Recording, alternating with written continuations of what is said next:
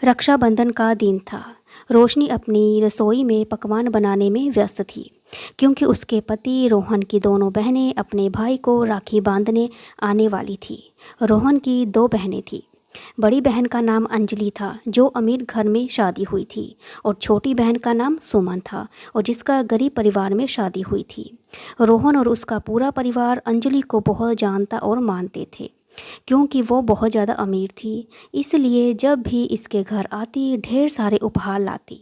सबके लिए महंगे कपड़े, बच्चों के लिए ढेर सारी मिठाइयाँ लाती, और इसके लिए उनके आने का सबको इंतज़ार रहता, अंजलि के आने का। वही सुमन गरीब थी, इसलिए वो अंजलि जितना सामान नहीं लाती थी, पर वो सबको बहुत ज़्यादा प्यार करती थी। उस दिन भी रोहन का पूरा परिवार अंजलि की राह देख रहा था। सुमन पहले आ गई, दोनों बच्चों को चॉकलेट की थैला देती है। उसे देख रोशनी मन ही मन सोची बेचार कर और मिठाई लेकर आई, और 500 का नोट दे कर जाएगी, और बिना मन से उसको अंदर बुलाई।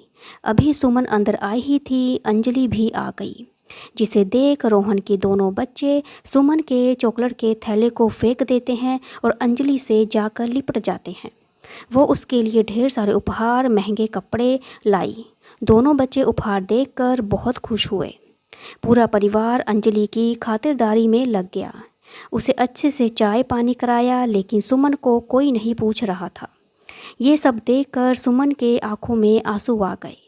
सब होने के बाद दोनों बहनें रोहन को राखी बांधी। सब रस्म होने के बाद शाम को अंजलि कमरे में बैठ गई, लेकिन सुमन रोशनी के साथ घर का सारा काम कराने में हाथ बटाने लगी। उधर शाम होते ही रोहन शराब की बोतल लेकर शराब पीने बैठ गया। उसे शराब पीता देख सुमन आई और बोली, भैया, डॉक्टर ने आपको शराब पीने से मना किया है, फिर भी आप पीने बैठ गए। आपकी एक किडनी पहले ही खराब है। अगर आप शराब पीना बंद नहीं करोगे तो दूसरी किडनी भी खराब होने का समय नहीं लगेगा। रोहन बोला, तुम परेशान मत हो, मुझे कुछ नहीं होगा। थोड़ा सा ही तो पी रहा हूँ, इतने में कुछ नहीं होता, तुम चिंता मत करो। सभी लोग अंजलि से बात कर रहे थे, सुमन से कोई बात नहीं कर रहा था। सुमन को उनका व्यवहार बहुत बुरा लग रहा था, इसलिए वो अपने घर जाना बेहतर समझती है। वो अपने घर चली गई। रोहन और रोशनी अंजलि को रात में रोकने को कहते हैं, इसलिए अंजलि रात में वहीं रुक गई। अगले दिन सुबह अपने घर गई। 2 दिन बाद रोहन की तबीयत बहुत खराब हुई। उसको अस्पताल में भर्ती कराया गया। डॉक्टर ने बताया कि रोहन की दोनों किडनियां खराब हो चुकी हैं और उसके पास कोई किडनी दान करने वाला नहीं है। वो रोहन को बचाने का एक ही रास्ता है, उसे कोई किडनी दान करने वाला मिल जाए। डॉक्टर सलाह दिया कि यदि परिवार में कोई किडनी दान करेगा तो ही जान इसकी बच पाएगी। जांच में रोशनी का ब्लड ग्रुप रोहन के ग्रुप से नहीं मिलता।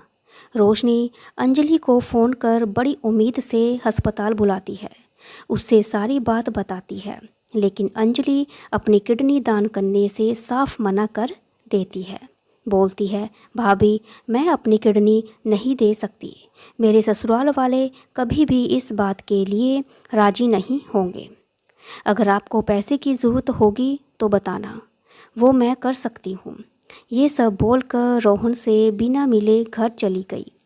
बोली, मैं कल भैया से मिलने आऊँगी, लेकिन दोबारा ना ही आई और ना ही फ़ोन आया और ना ही हाल चाल पूछा। जब अंजलि उसके साथ नहीं दी तब वो सुमन को फ़ोन करके सारी बात बताती है। सुमन भाभी भाभी हॉस्पिटल आती है और डॉक्टर से बोली, आप मेरी जांच करिए, अगर सब ठीक हुआ तो मैं किडनी देने को तैयार हूँ। जांच में पता चलता है सुमन अपनी किडनी दान कर सकती है और भाई की जान बचाने के लिए सुमन बिना सोचे अपनी एक किडनी दान कर देती है। तुरंत ऑपरेशन होता है और सफल भी रहता है। सुमन गरीब थी, लेकिन दिल से अमीर थी। उसने राखी और भाई बहन के रिश्ते को अहमियत को समझते हुए उचित निर्णय लिया, अपने भाई की जान बचाई। रोशनी और रोहन उसके साथ बुरे बर्ताव के लिए बहुत ज़्यादा शर्मिंदा होते हैं और उससे माफ़ी मांगते हैं। लालच में पूरा परिवार जिस बहन को सराखों पर रखता था, वो बहन ज़रूरत पड़ने पर मुंह फेर ली। जिस बहन से सीधे मुंह बात भी नहीं करते थे, उसने अपना जीवन खतरे में डालकर अपने भाई की जान बचाई। कहानी की हमें ये शिक्षा मिलती है कि रिश्ते की अहमियत उसके अमीर या गरीबी से नहीं होती। मुसीबत में जो साथ दे वही रिश्ता सच्चा होता है।